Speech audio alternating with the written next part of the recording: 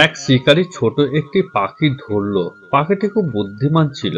পাখিটি শিকারীর খুব প্রশংসা করতে লাগলো যে, তুমি অনেক বড় শিকারী, জীবনে অনেক হরিণ মেরেছ, অনেক ভাল্লুক মেরেছ। এই সেই আমি একটি ছোট্ট পাখি, আমার ওজন 100 গ্রামও না। আমাকে খেয়ে তুমি কি মজা পাবে?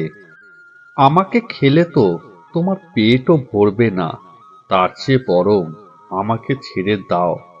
তোমাকে এমন 3টি মূল্যবান বাণী শোনাবো যা তোমার সারা জীবন কাজে লাগবে।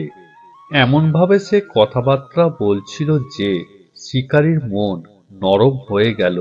কারণ প্রশংসা পেতে সবাই পছন্দ করে, আর একজনকে গলানোর সবচেয়ে সহজ উপায় হচ্ছে প্রশংসা করা।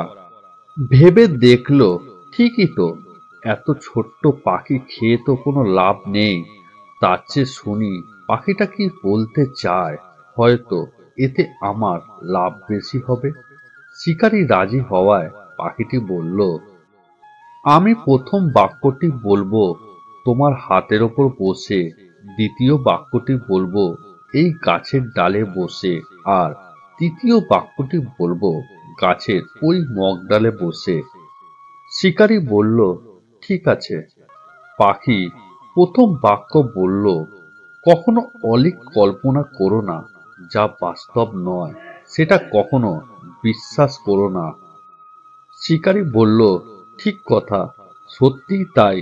কখনো অবাস্তব কথায় বিশ্বাস করতে নেই। পাখি বলল, এবার আমাকে গাছের ডালে যেতে দাও, আমি দ্বিতীয় বাক্যটি বলবো। শিকারী ছেড়ে দিল।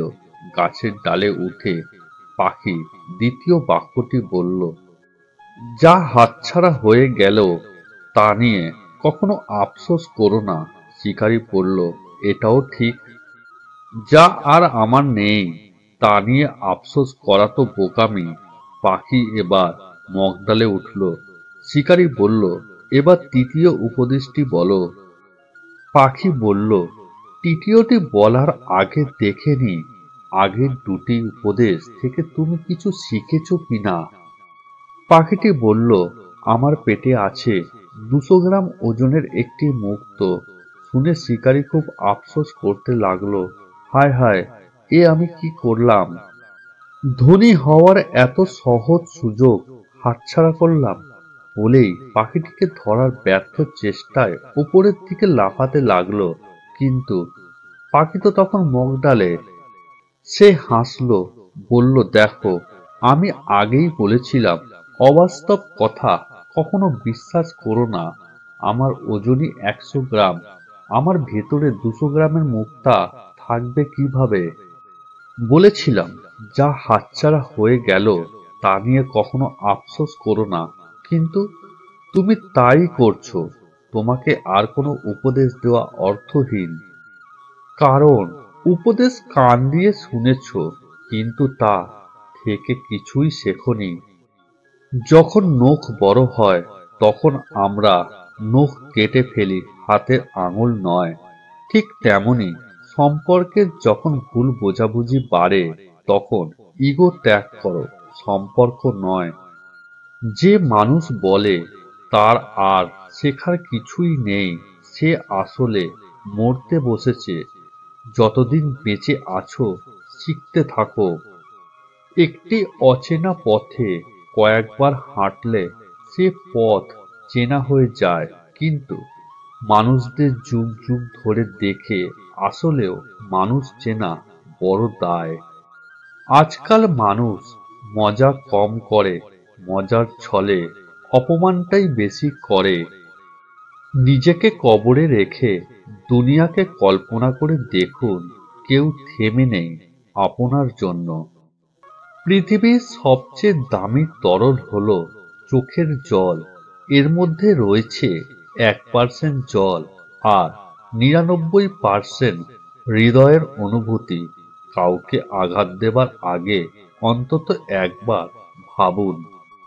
সুন্দর মানুষকে খুঁজতে গিয়ে তুমি জীবনকে নষ্ট করো না, কারণ পৃথিবীতে সুন্দর মানুষের অভাব নেই, কিন্তু সুন্দর মনের খুবই অভাব। বর্তমানে ভদ্রতার কোনো মূল্য নেই। এখন ভদ্রতাকে সবাই দুর্বলতা ভাবে। আমাকে যে ভালোবাসে না, আজকাল আমিও আর তাকে ভালোবাসি না।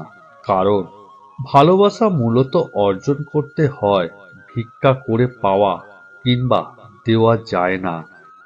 আমাকে যে বোঝার চেষ্টা করে না, আজকাল আমিও তাকে বোঝার চেষ্টা করি না।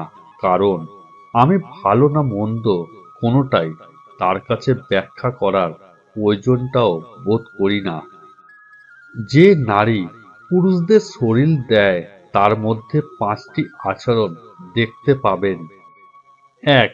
পুরুষের চোখের দিকে চেয়ে থাকে এবং ইঙ্গিতবাহী আচরণ করে। 2. মাথার চুল নিয়ে নাড়াচড়ার মাধ্যমে পুরুষকে বাধ্য করে তার রূপের দিকে নজর দিতে। 3. কিছু নারী পুরুষদের সাথে আলাপের মাধ্যমে ফাঁদে ফেলার চেষ্টা করে। 4. নানা ছুতোয় কথা বলার চেষ্টা করে এই নারী। 5. বারংবার দেখা করার ফাঁক খোঁজে। সেই দেখা হওয়া কিন্তু একান্ত